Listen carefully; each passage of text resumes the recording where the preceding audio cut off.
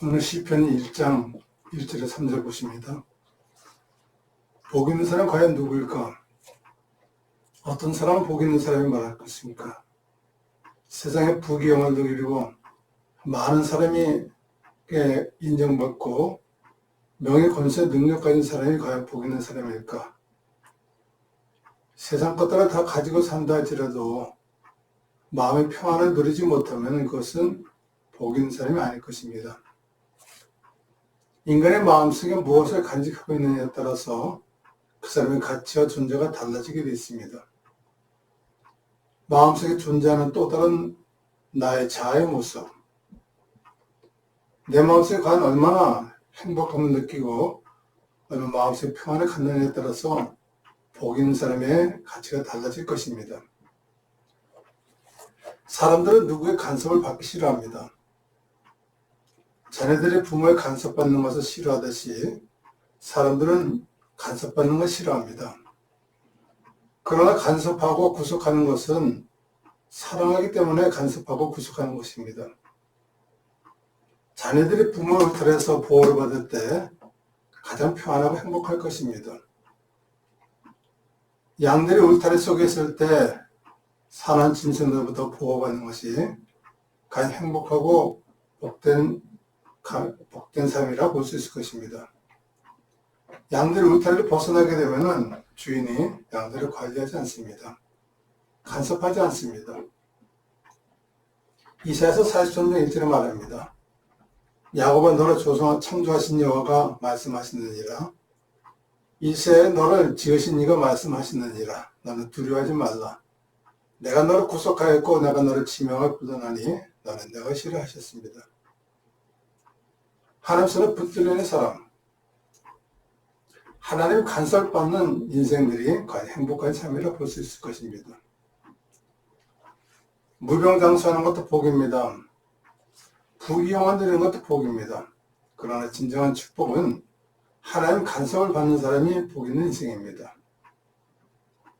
야곱이라는 사람은 인간적인 꾀가 많은 사람입니다. 그래서 하나님 축복을 받기 위해서 수단방법을 가리지 않았습니다. 그러나 마음속에 늘 염려와 근심과 고민이 있었습니다. 인간적으로 많은 재물과 가족을 얻었지만 결국 형 에서가 군사를 이끌고 쫓아올 때 두려움을 느꼈습니다. 결국 야곱은 약복강에서 천사를 만나서 당신 나를 축복하지 않으면 보내지 않겠다고 기도하게 됩니다. 야곱이 살아온 인생을 하나님이 간섭했었던 사실을 깨닫고 진정한 축복은 하나님이 함께하는 것이라고 알게 된 사실을 야곱이 고백합니다. 욥이 수많은 고난을 당했습니다. 사탄이가 하나님께 와서 말합니다. 욥이 하나님을 섬기는 것은 하나님이 도와주셨기 때문에 그렇습니다. 그러나 하나님이 그 사탄에게 허락했을 때 욥은 하나님을 원망치 않았습니다. 시편 121장 4절에 말씀합니다. 이스라엘 지키는 이는 졸지도 아니하시고 주무시지도 아니한다 하셨습니다. 우리들 인생을 지켜주시는 하나님, 모든 세파 속에서도 풍랑의 파도 속에서도 지켜주는 하나님, 그 하나님의 도움이 없이는 살지 못하는 연약한 인생들입니다. 하나님이 말씀하기를 내가 너를 지명할 부르나니 너는 내가 싫어하셨습니다. 하나님 손에 붙들려서 간섭받는 야곱, 그 고난의 시간 같았지만 하나님 축복의 길로 가는 형통한 길이 된 것을 보았습니다. 전능하신 하나님 함께 할 때는 외로울 때도 잘못된 길을 갈 때도 고통스러울 때도 하나님이 도와주시고 위로해 주십니다. 내가 사망의 음침한 골짜기로 다닐지라도 해를 두려워하지 않을 것은 주께서 나와 함께 하십니다. 주의 지팡이 막대기가 나를 안위하신다 하셨습니다. 오늘 본문에는 복 있는 사람 어떤 사람입니까? 악인의 길을 쫓지 않는다 하셨습니다. 인생을 살다 보면 여러 가지 방법이 있을 수 있습니다. 하나님은 방법을 잘못됐다고 말씀하는 것이 아니라 하나님이 인정하느냐 안 하느냐가 중요한 것입니다.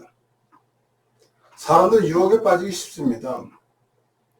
어떤 사람을 만나서 함께하느냐에 따라서 그 인생이 달라질 수가 있는 것입니다. 에덴 동산에 있던 아담에게 하와가 말합니다. 저 선악에 있는 동산나무를 먹자. 뱀이 말하기를 먹어도 죽지 않는다 했습니다. 그러나 하나님은 선악을 알게 하는 나무의 열매는 먹지 말라. 내가 먹는 날에는 반드시 죽으리라 하셨습니다. 그러나 뱀이 여자에게 말하기를 나 결코 죽지 않는다. 그 유혹에 넘어간 하와는 아담에게 또한 그것을 먹자고 했습니다. 결국 유혹에 넘어갔던 아담과 하와는 새가 에덴에서 쫓겨나서 고통과 절망 속에 살아갔습니다. 욕심이 잉태한 즉 죄를 낳고 죄가 장성한 즉 사망을 낳는 것입니다. 세상 우리를 유혹하는 것이 너무도 많습니다. 오직 각 사람의 시험을 받는 것은 자기 욕심에 끌려 미혹되었다 하셨습니다.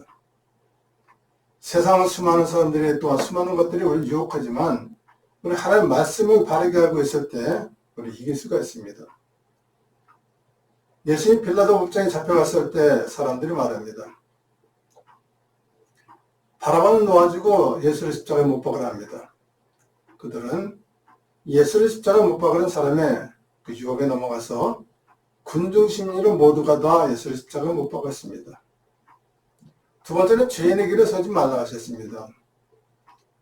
사람을 유혹하는 것은 죄인들입니다. 모두가 죄인들입니다.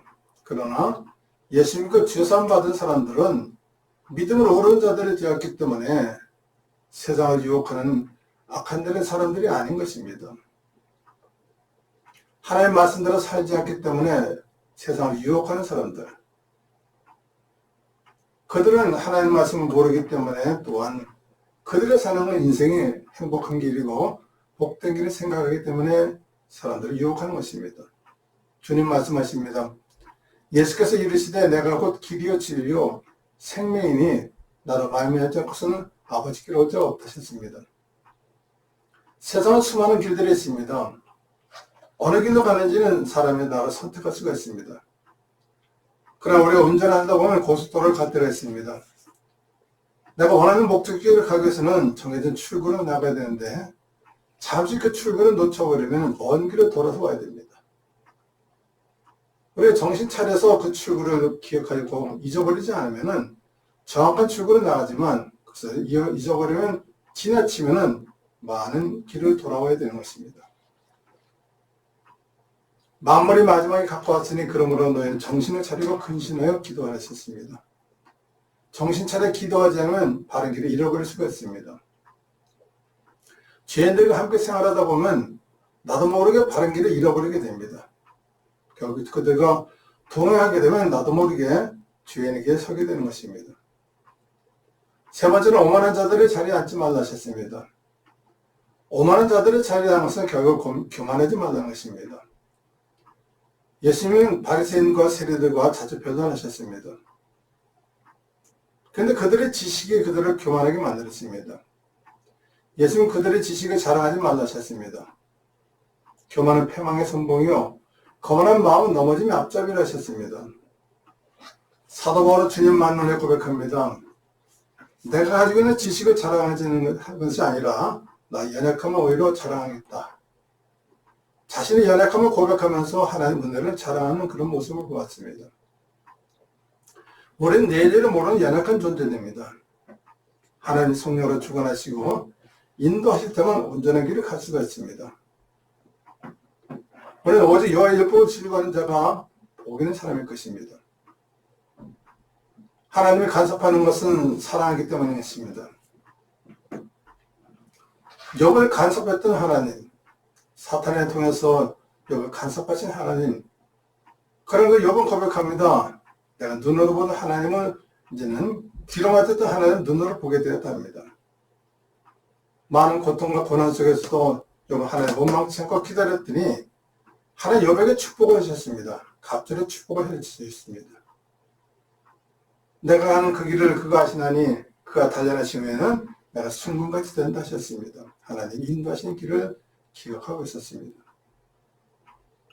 사람이 감당할 시험 밖에는 너에게 당할 것이 없나니 하나님 미쁘사 너희 감당하지 못할 시험 당함을 허락지 아니하시고 시험 당할 즈음에 또한 피할 길을 내사 너희를 등에 감당케 한다 하셨습니다. 우리 어려운 일이 일어날 때 여호와의 말씀을 묵상해야 됩니다. 하나님의 말씀이 우리를 이기게 만들어 주십니다. 내 형제들아, 너희가 여러 가지 시험을 당하거든 온전히 기쁘게 여기라. 이는 너희 믿음의 시련이 인내를 만들어내는 줄 알미라 하셨습니다. 하나님 사랑하는 자들을 간섭하십니다. 그것이 복된 길이고 형통한 길입니다. 하나님 간섭한 전능자가 간섭하는 것을 우리는 기억해 봐야 됩니다. 사람도 누구에 간섭하면 힘들어 괴로워합니다. 그러나 진정한 간섭은 전능자의 간섭은 사랑이라는 것입니다. 하나님 요나 선지자에게 말씀했습니다. 너는 일어나 저 큰 성 니느웨에 가서 그것을 향해서 외치라. 그 악독이 내 앞에 상달되었다 하셨습니다. 하나님 니느웨로 가서 하나님 말씀을 전하기를 원하셨습니다. 그러나 요나는 하나님 말씀을 순종하기 싫어했습니다. 가서 싫은 소리 하기 싫었습니다. 그래서 결국 도망가다가 풍랑의 파도를 만나서 고기 뱃속에 들어가게 됩니다. 고기 뱃속에 있던 요나를 하나님은 다시 니느웨로 토해 주셨습니다. 결국 하나님 요나를 니느웨에 가서 하나님 말씀 외치게 만들었습니다. 하나님 하신 일을 인간의 생각으로 측량할 수 없는 것입니다. 사람의 마음에는 많은 계획이 있어도 오직 여호와의 뜻만이 완전히 선다 하셨습니다. 하나님의 계획은 우리가 알 수 없습니다. 하나님 모세를 부를 때 모세가 고백합니다. 내가 누구가 있는데 바로 앞에 섭니까? 나는 연약한 존재입니다. 무능한 존재로 말합니다. 그러나 하나님은 그를 통해서 하나님 일을 감당하셔 하셨습니다. 하나님이 모세에게 능력을 주셔서 사명 감당에 하셨다는 것입니다. 우리는 진흙이요 주는 토기장이시니 우리가 다 주의 손으로 지으신 것이라 하셨습니다. 토기장이시 하나님이 만드시면 되는 것입니다. 주님의 간섭하심으로 만들어지는 사람들, 수많은 연단을 통해서 만들어진 사람과 쉽게 만들어진 사람의 차이는 엄청나게 결과가 다를 것입니다. 온수 속에 자란 화초는 연약하지만 결국 모든 비바람 속에 자란 그 화초는 강해질 수밖에 없습니다. 민수기 22장에 보시면 발람 이야기가 나옵니다. 모압 왕이었던 발락이 이스라엘 백성이 번성하는 것을 보고 두려워해서 사신을 보내서 발람을 부릅니다. 발람을 불러서 말합니다. 그들이 우리보다 강하니 나를 위해서 그들을 저주하라. 그대가 복을 비는 자는 복을 받고 저주하는 저주를 받을 줄 내가 아노라. 발락에게 부름받은 발람에게 하나님 말씀하십니다. 하나님 발람에게 이르시되 너는 그들과 함께 가지도 말고 그 백성을 저주하지도 말라. 그들은 복을 받은 자들이니 하셨습니다. 발락은 높은 고관을 보내서 발람을 설득하나 발람은 결국 설득당해서 오게 됩니다. 그 길을 떠난 발람에게 나귀를 타고 하다가 나귀가 길에서 멈췄습니다. 가던 길을 가는 것이 아니라 오히려 밭으로 들어갑니다. 그것을 보고 발람은 나귀를 때리면서 정해진 길로 가려갑니다. 그러나 나귀가 입을 열어서 발람에게 말합니다. 왜 나를 때리느냐? 나귀는 길을 벗어나게 된 것은 하나님이 발람을 치려고 칼을 들고 쓴 것을 보았습니다. 발람은 보지 못했지만 말 못하는 나귀는 보았습니다. 나귀는 길에 계신 하나님이 칼을 들고 계신 것을 보아서 그 길을 피했습니다. 발람을 살리려고 피했습니다. 그러나 발람의 눈이 어두워서 그 사실을 깨닫지 못했습니다. 결국 하나님이 그 나귀의 입을 열어서 발람에게 말했을 때 발람은 깨닫게 되는 것을 보게 됩니다. 사람은 날마다 기획하며 선택하며 살아갑니다. 또한 자기가 선택한 일에 대해서 책임을 져야 됩니다. 그러나 누군가 나의 길을 기획하고 나의 길을 인도한다면 우리는 복된 길을 말았을 것입니다. 내가 수고하고 힘쓰고 애쓰지 않아도 모든 것을 인도하는 분이 계신다는 사실입니다. 수고하고 무거운 짐진 자들아 다 내게로 와라. 내가 너희를 쉬게 하리라 말씀하십니다. 또한 잠언서 16장 3절에는 너희 행사를 여호와께 맡기라. 그러면 내가 경영하는 것이 이루어지리라 하셨습니다. 나의 가는 길을 형통한 길로 인도하시고 내가 하는 모든 일을 간섭하시고 잘못된 길을 갈 때 돌이킬 수 있도록 깨닫게 하나님의 성령이 우리에게 중요하고 그들이 복 있는 사람일 것입니다. 우리 인생 살아가면서 내 마음대로 할 수 있는 것이 하나도 없습니다. 사람과의 만남도 하나님이 기획하시고 우리가 이렇게 인도하시고 깨닫게 하는 것도 성령 하나님 하셔야 됩니다. 진짜 복 있는 사람은 성령의 간섭을 받는 사람이 복 있는 사람이라고 말할 수가 있을 것입니다. 살아계신 하나님 아버지, 내일을 모르는 연약한 인생들이 우리가 잘 산다고 고백합니다. 그러나 하나님을 간섭하지 않으면 우리 절대로 잘 살 수고 형통한 길을 갈 수가 없습니다. 하나님 간섭하실 때는 괴롭고 힘들어 보이지만 그 간섭받는 사람이 진정히 복 있는 사람인 것을 우리가 깨달아 알게 하여 주시옵소서. 예수님의 이름으로 간절히 기도드립니다.